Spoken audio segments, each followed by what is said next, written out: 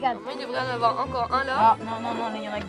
C'est l'effervescence dans cette classe, digne d'un épisode de Sherlock Holmes. Un là. Ces élèves ont moins d'1 heure pour résoudre plusieurs énigmes où se mêlent mathématiques, logique et réflexion.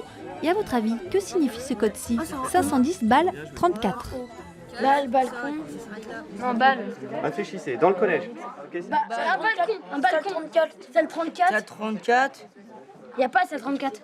Ah bah non. Déjà, il n'y a pas de 34, bien vu. Voilà. La réponse se trouve au CDI où se cache un poème. Il servira à déchiffrer l'énigme suivante. 2, 3, 4, 5. Oui, il manque plus que la 12, ça doit être un T. C'est sympa qu'on fasse tout le temps des jeux, en plus c'est en équipe quoi, donc les filles là il est plus compliqué que les autres. Ça change des cours. C'est mieux d'apprendre comme ça qu'à être assis sur une chaise et à écouter le prof parce que là on peut bouger, on peut parler. On s'amuse.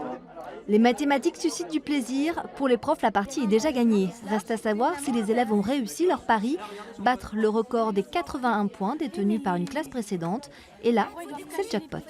Vous arrivez à 104, donc là, vous avez explosé le record. Félicitations. Alors, ça tient au fait que vous êtes super bien organisé. Retenez ça aussi quand vous travaillez.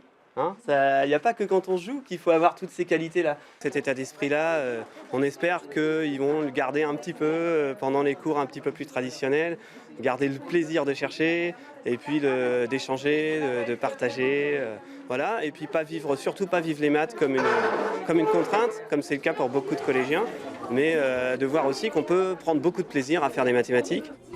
Résultat, ils ont gagné 104 bonbons divisés par 28 élèves. Ultime question en cette semaine des mathématiques. Combien ont-ils eu de bonbons chacun? C'est à vous de jouer maintenant.